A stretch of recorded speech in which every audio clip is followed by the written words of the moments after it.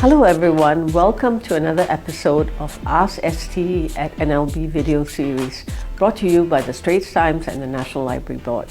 These monthly sessions aim to answer the burning questions that you have for the topic of the day.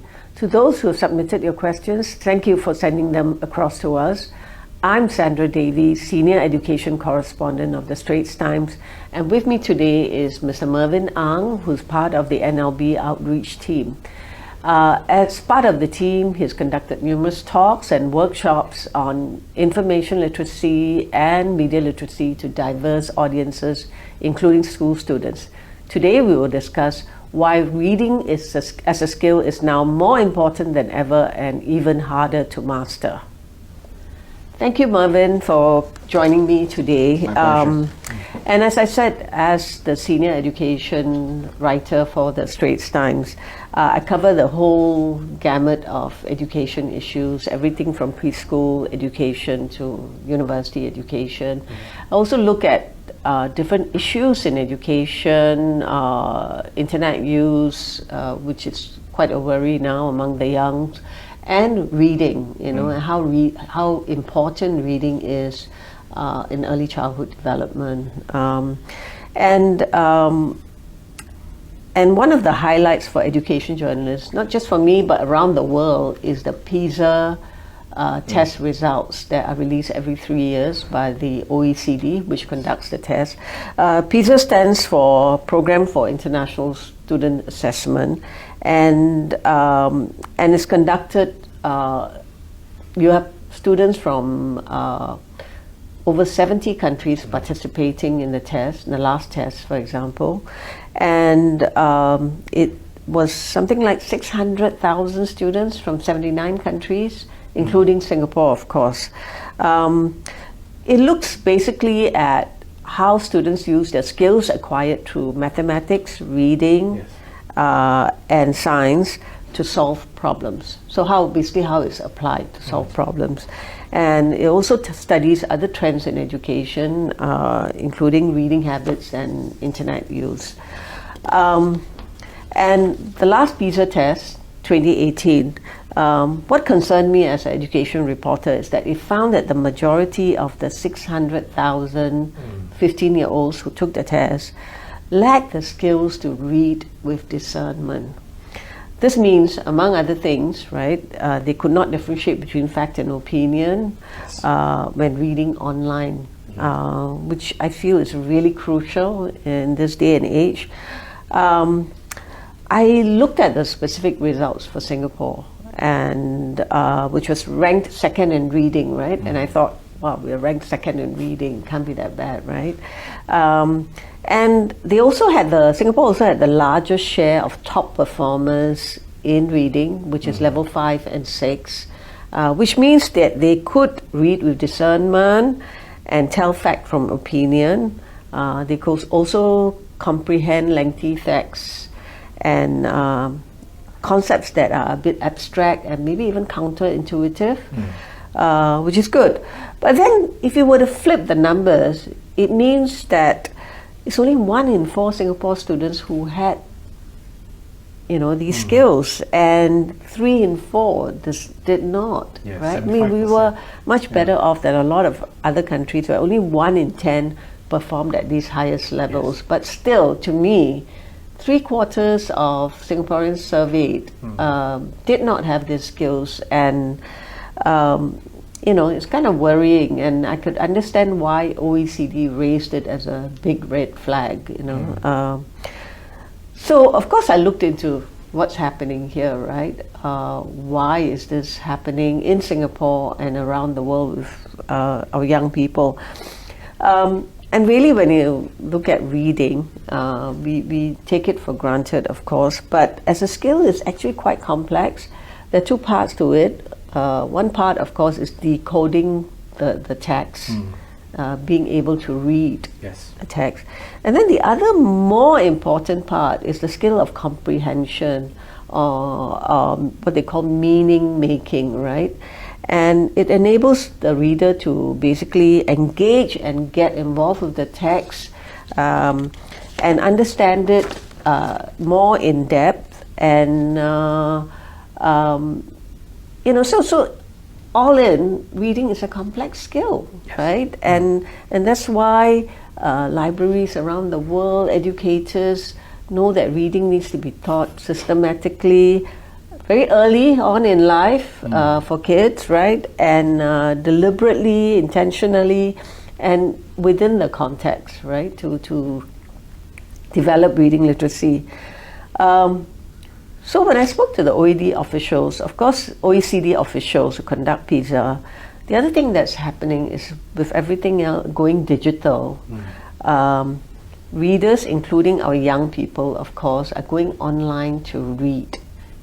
And online, of course, you have a whole range, different forms of text. Yes. Everything from text messages that we get on our phones, to Twitter, to the lengthier forms, Wikipedia, for example, which attempts to give you a succinct, yes. Multi-page websites and forum posts. And of course there's social media, which all our young people are into. And that takes the form of other kinds of media, right? Everything from pictures to videos. Yes. And that's a different kind of comprehension as well, right?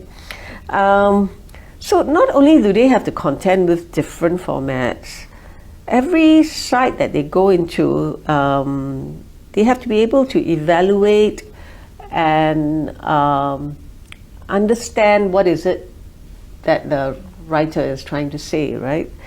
And all this is coupled with huge flows of information, and it's traveling at a speed that create the perfect condition for fake news to thrive. Yes. Right? So let me give you an example. I was teaching in a JC before, and I taught general paper, right?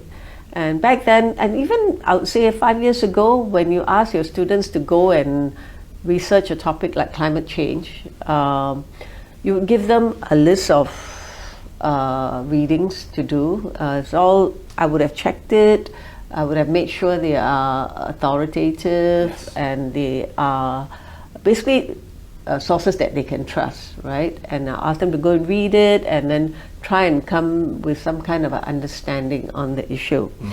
But now, I guess like other GP teachers, I would also ask them to go and do independent research on their own, right? Because we want them to become independent learners. Yes. But when they go online, they would be faced with hundreds and thousands, I would say even millions, yes, right, of websites, blogs, forums, all kinds of things, YouTube videos, and they would have to evaluate each piece of text. They would have to make a judgment. Is this something I can trust? They would have to try and find out who is the person who wrote this, and what is their agenda, right? And can I take this as being accurate? Yes. I have to verify the facts. I have to know when someone is trying to mislead me, so that they can bring me to their point of view on something. So it's very complex, and it's really changed. So students really need these necessary skills to be able to evaluate and make, yes, judgments, and be able to detect misinformation or disinformation. I know you conduct quite a few workshops for, yes, for students, including JC students. Yes. Would you like to add to this point about, because you do workshops on research skills, right? Yes, that's correct. Yeah. So thank you very much, Sandra. And I think what you have highlighted, previously about, this difficulty that the youth may face when it comes to assessing the credibility of the information, I think it can be attributed to, again, the reading habits and the amount of technology that our youth are exposed to today. So, for example, I think, especially in Singapore, with such a high rate of internet penetration, and our youth, most of them have a smart device. The trends of social media usage, such as your Instagrams, your TikToks, yeah, your YouTube Shorts, yeah, and if you realize the commonality about these media formats is like they're all very short form formats, right? Which caters to, again, the so-called short attention span that our youth have today. They just like to surf through all the different pages that they follow, all the influencers that they follow. And it does not help that, again, if they were to go on their search engine, a click of a mouse for any search result will usually bring out millions, tens of millions of results. Yeah. So this information overload compounded with the short form media formats, it kind of takes away all that level of comprehension, that level of critical assessment that you have mentioned just now, for more conventional reading. I mean, back in, our days, I'm sure, we go to the library to find publications with credible information in them. But nowadays with the internet, it kind of, the adds on to the problem that are faced by the youth today. So it's more important now than ever, in fact, to reinforce, the concept of information literacy, which I'll share a bit later about what my team does. Yeah. Sure. Of course, the other big thing is social media platforms, right? Yes. So you brought up TikTok, for example, and Instagram. And of course, what our kids fail to realize is the algorithms, that these companies use.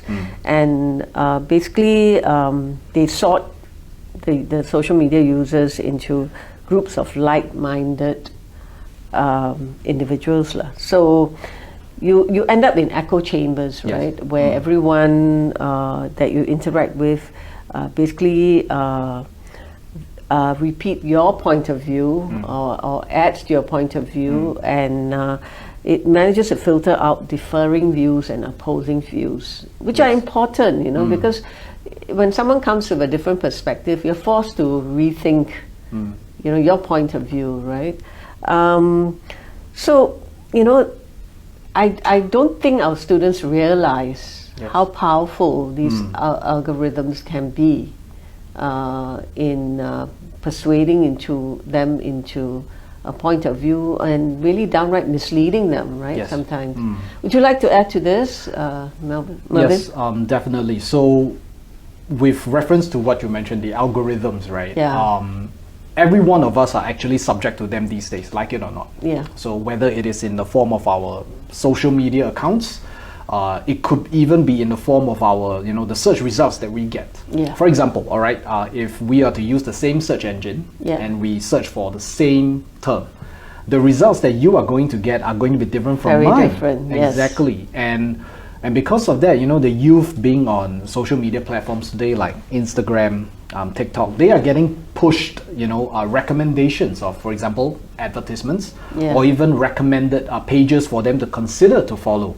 And because the algorithms will push us, in a certain direction, yes, it will actually, force everyone into what we mentioned, what you mentioned, an echo chamber, where it is always, the same kind of pages, the same kind of individuals that you follow with the same kind of worldview mindsets that that we also agree with. And human psychology works that way. We want to always follow and have your views affirmed, have right? our own views affirmed, and which is why it's important as well. In my team's effort to kind of to promote that that critical thinking that is required, and most importantly, to accept wider perspectives, on whichever topic it may be out there. And even some of the teachers have shared with me that the reasons why the students have difficulty finding these, again, credible sources is because they are so locked into the algorithms. Exactly.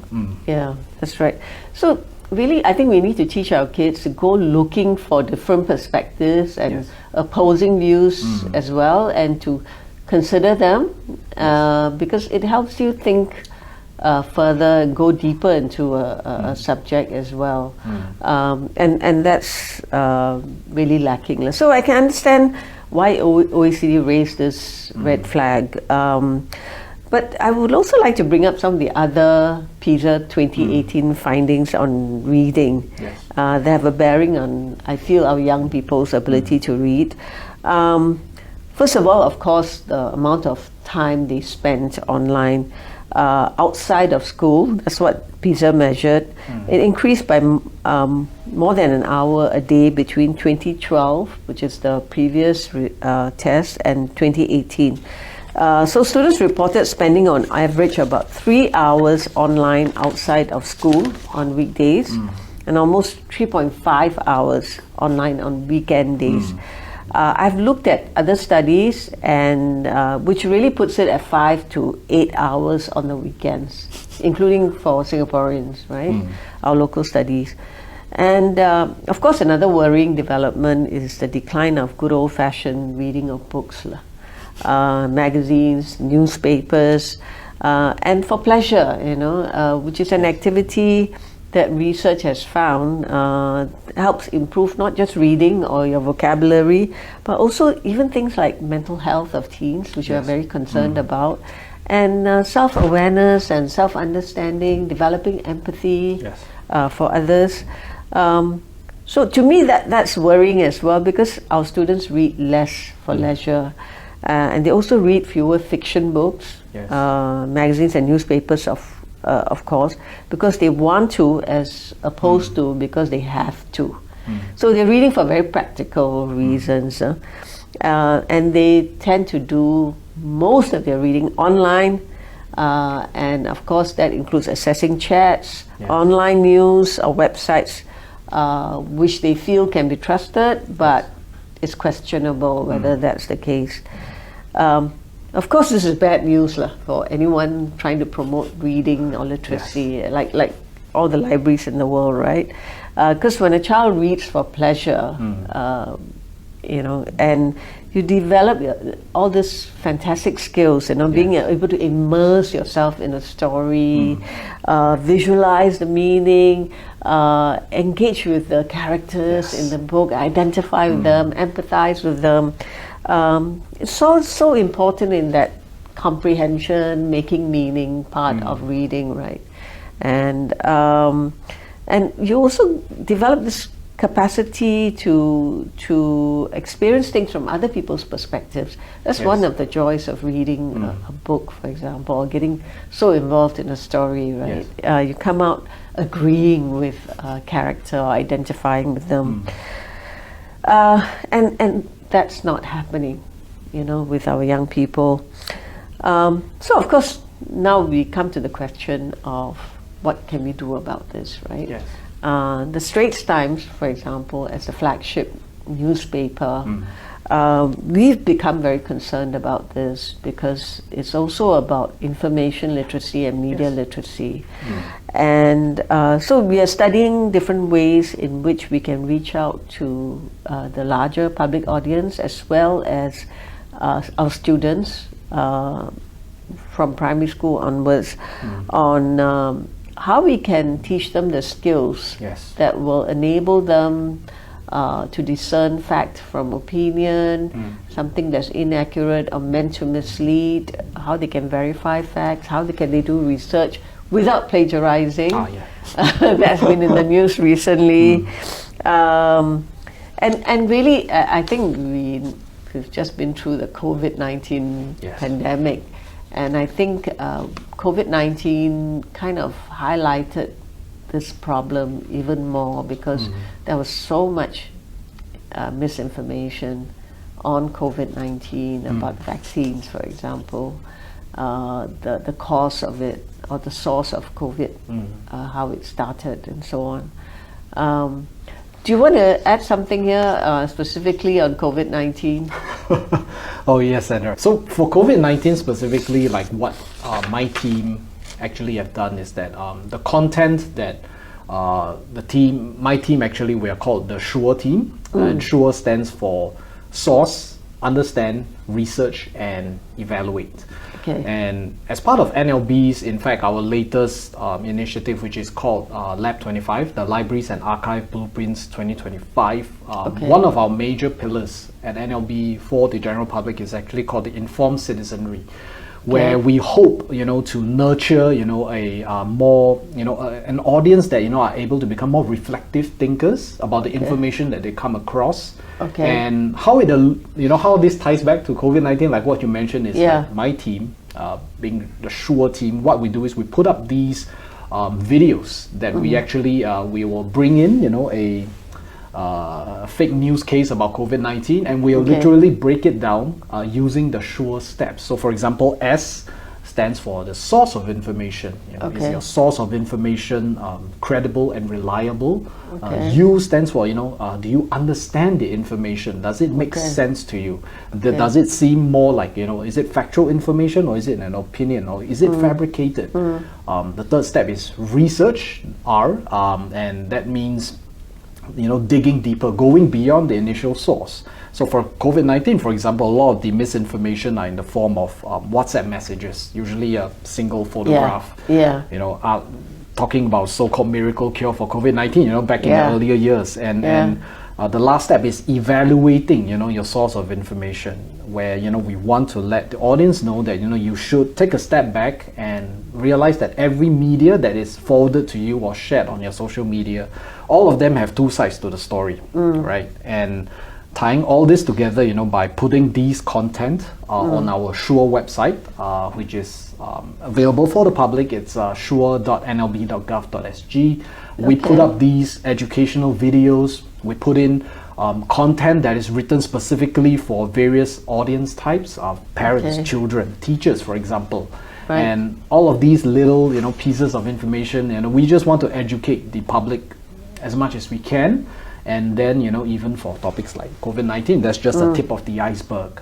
We have other content, for example, related to academic research, for the youth as well, to guide them in the right direction. Yeah, so I hope that... that would be very useful. Yes. Yeah, so one of the recent things that Straits Times have started doing is giving information on scams, the recent public scams. And which has caused people to lose a lot of money, right? Including older folks have become one of the main targets of it. So we look into scams and we report on them, and then we give tips on, what to look out for, what kind of phone calls or what kind of text messages you might get, and not to fall for it. So it's rife, a lot of misinformation, disinformation. But but perhaps, Mervin, you can also talk a little bit about what parents can do with their kids, especially the older kids, even young teenagers, right, in helping them develop skills that will enable them to read with better understanding, with discernment, and be able to differentiate between a text that is trying to give you the facts and something that is trying to mislead you, in a certain direction. Sure. So I think, so besides just the Sure website that I've mentioned, part of our movement, right? I think it's important for parents to also kind of encapsulate and also learn about these skills first, because what my team has actually learned over the last few years is that it is important not only for the students to pick up the skills, but even the peers around them, the parents, even their teachers, it's important for them to also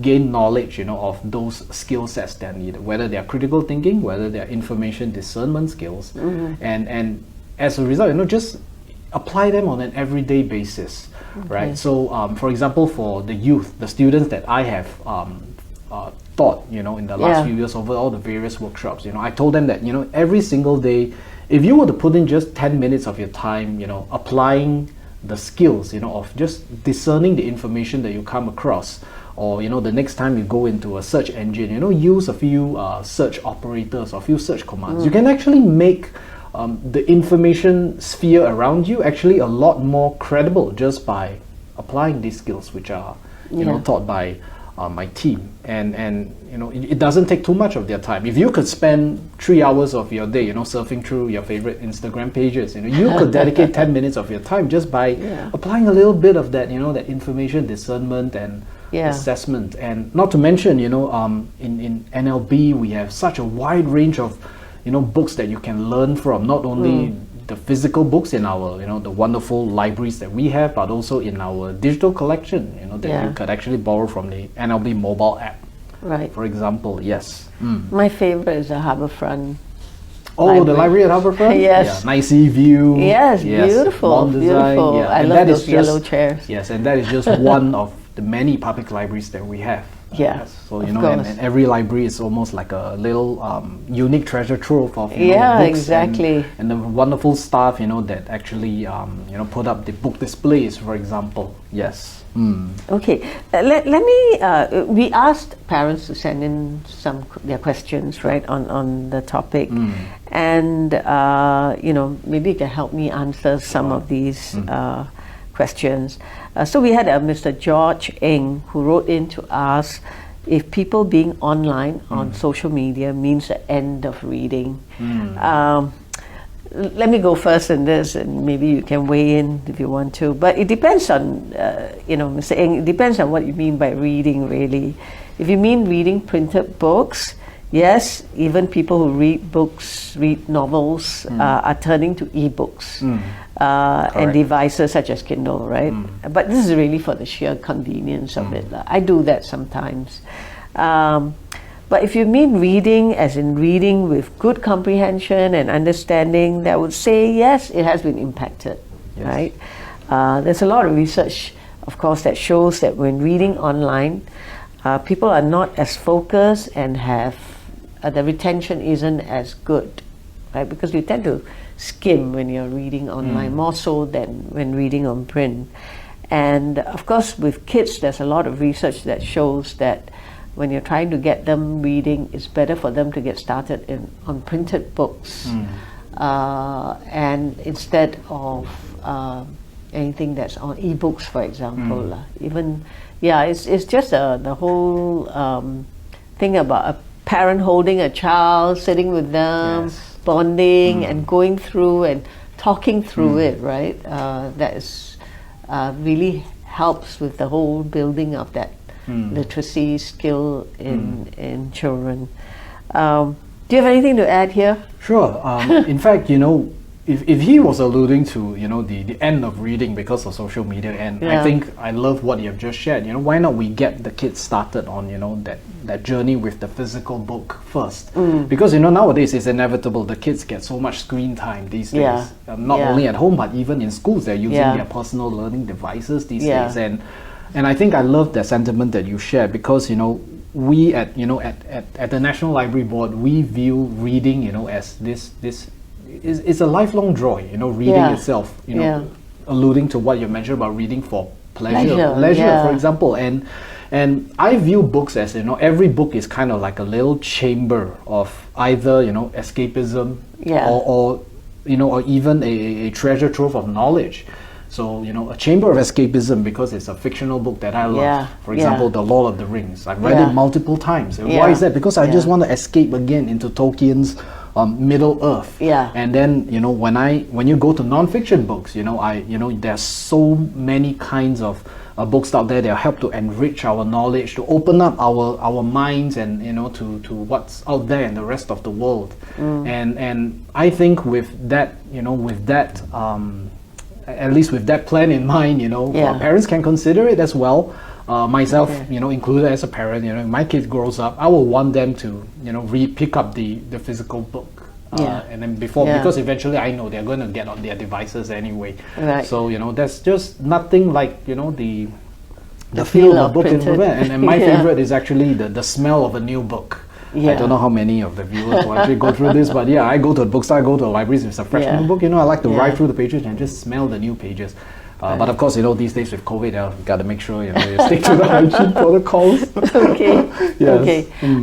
Maybe you can help to answer the other question I got from actually two parents, including Miss Ellen Ng.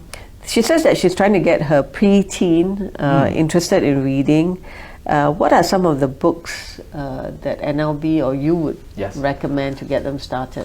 Yes. So this one is a very commonly asked question. So what I could recommend is for people to actually, simply just download our NLB mobile app. It is available for free on both iOS and Android as well. And what you actually, once you go into the app, you will actually see, a constantly updated the library's pick. Librarian's pick, sorry. And this, it could be a fictional book, it could be a non-fictional book, and they change the book recommendations on quite a constant basis, and not to mention, if she was to step into her, her favorite public library nearest to her home, the wonderful, library staff at all of our NLB libraries, they will actually update their book displays, based on the latest trends. For example, if there's a trending movie, they'll actually put up the books that are related to that movie, or there's a certain trend going on in the world. And that is why, you will actually, there's no lack of book recommendations, So it's either the app or head down to your nearest library. That's the easiest way to know the latest book recommendations. So they have recommendations for teens as well? Yes. So just like they do for children, right? Yes, correct. Different age groups as well. That's right. Okay, great. Another interesting question from a parent, and she asked for recommendation of online sites that as a parent that she should recommend to her 14-year-old, and it's either to read for pleasure, or she thinks it's good for him to develop a good grasp of some of the important global issues. Yes. So coming from a newspaper journalist point of view, of course, there are a lot of resources online, including, of course, the ones by the libraries that give you a good explanation of global issues, and they're actually written for younger audiences as well. And the Straits Times, for example, we have a magazine for secondary school students, and one of the things they regularly do is called In, and for younger kids it's Little Red Dot, and they do explainers on different issues, including climate change, that sort of thing. But one of the piece of advice that I always give is, you can start by getting them to read on something they are interested in.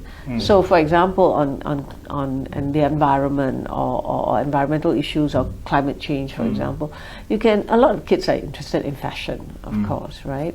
So you can get them to look into the whole fashion industry and the impact it has on the environment, especially cheap clothing that we're all buying online, where does it come from, and what are the resources that are being used, and how much of it is just thrown away after a very quick, and is that a good thing? Pollution to consider, and so on. So I would tell parents to start with something that a child would be interested in, and instead of trying to force them to read something that they may be interested in, but really not that interesting to a kid, you have anything to add here? Yes, so because these are like website recommendations, right, and again alluding to our Sure website, the wonderful thing is that what you've mentioned just now, one of the topics is actually available in one of our Sure initiatives. It's called Read to Be Sure. So what we do is we take various trending contemporary topics, and we actually our library staff will actually curate and write the articles, and they will kind of assess these different trends in a very balanced perspective. So, for example, one of the first article was in fact on fast fashion. The effect of fast fashion, and whether is it good or bad, for the industry, because these days people are buying from fast fashion brands, online, and then it's not sustainable because people are throwing away their used clothes so often. And that article, all of these articles, in fact, they are curated and written by librarians, and what they do is that they will assess both the pros and the cons of these issues, and then they'll present them in a very readable format on our Sure website. And what we hope that the readers of our websites, what they can do is they can kind of take a step back and become more well-rounded readers on certain topics, because nowadays again we want to break away that echo chamber effect that everyone's exposed to. So fast fashion is one of the topics. Another one was actually on cryptocurrencies and NFTs, the trending topics of today. And we have we even invite certain speakers, for programs where they subject matter experts to share their perspectives in a balanced way. And so everyone can actually look out for future articles and even programs videos, on our Sure website for that as well. Yeah. Thank you, Marvin, for being here today and for sharing all your nuggets of information. To the audience, thank you for watching this episode. We hope you have found it interesting and informative. This session is part of the askST at NLB series brought to you by the Straits Times and National Library Board. To watch past videos or listen to podcasts, check out the link below. Thank you for joining us. Stay safe and healthy.